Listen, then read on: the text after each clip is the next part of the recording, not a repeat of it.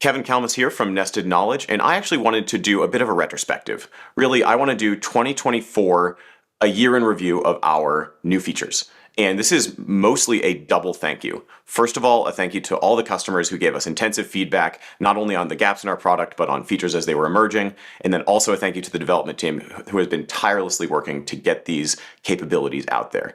I also want to just impress on everyone that this has been just 1 year of developments within the Nested Knowledge technology that I'm about to go through. And I'm only hitting the highlights. I checked the release history before coming on here, and we had over 150 independent features released. So think of this as just the highlights. In January, we released Teams. For those who have come into the software since then, I really mean it. You only had organizations, no Teams capabilities before January. We also improved Inspector by effectively giving you as many filters as you could want, adjustable columns, and implemented the RefID system. For those who love screening, we implemented hierarchical screening and also enabled you to, this is an Easter egg actually, enabled you while you're screening to click on the RefID in the upper corner of every record and get a unique link to that. We also implemented one of the most important and difficult features that we've worked on, which was the importability of flexible Excel contents across the site. That was all within January to March of 2024. And in Q2, we actually started what we considered to be called our AI initiative, or our automation initiative. And right from the start, we released Ask AI, which is actually an AI that we trained on our own documentation to try to help you learn about all of those other cool features that we launched earlier. And we've been keeping that up to date. So all these other features that you're hearing about now, Ask AI already knows about them. Okay. Next, in April, or I should say April to June, we released the single most requested feature that has ever crossed our user feedback board, and that is Boolean Inspector. So that is when you're an inspector and you're trying to add filters, you no longer just and everything together. You can group things, you can OR things, you can negate things. It really has changed my life, as well as I think many others. We also enabled you to collaborate outside of your organization. So if Q1 was about internal teams, Q2 was about external collaboration. And if you haven't actually seen that, go into your orgs page and check out collaborators in the bottom left-hand corner. It's a great way to collaborate across organizations. And then some cleanup. What about good, responsible management of your projects? Well, in June, we launched Nest versioning so that you can always maintain a point-in-time reference and a backup version of what you're about to make major changes to.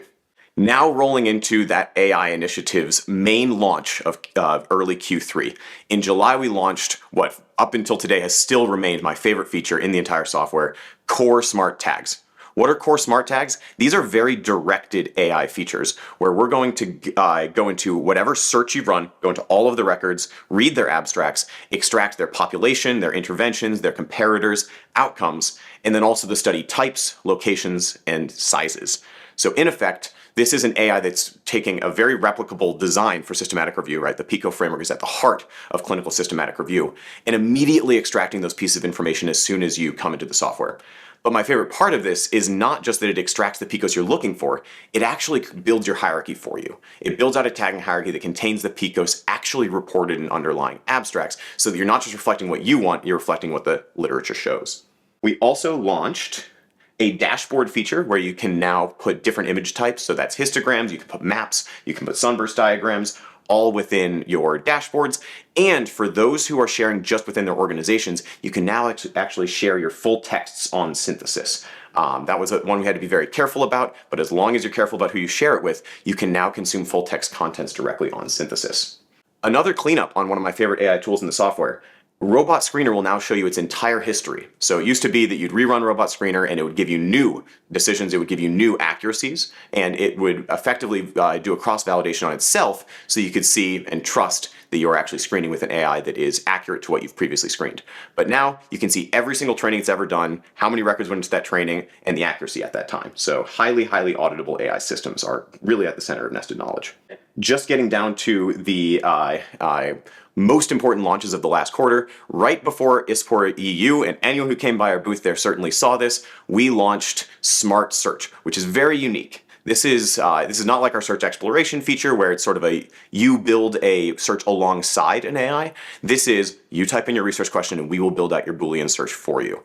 And I have a lot of attachment to this one because I actually personally participated in the validation of it. I went into 10 Cochrane reviews and hand collected all the included studies so that we could compare them against Smart Search. And believe it or not, but Smart Search had quite high, above 70% recall, just from the first sentence of those Cochrane reviews. So if you put in the aims or the objective of your review, it's going to have very high recall against the eventual included studies in what you are trying to seek.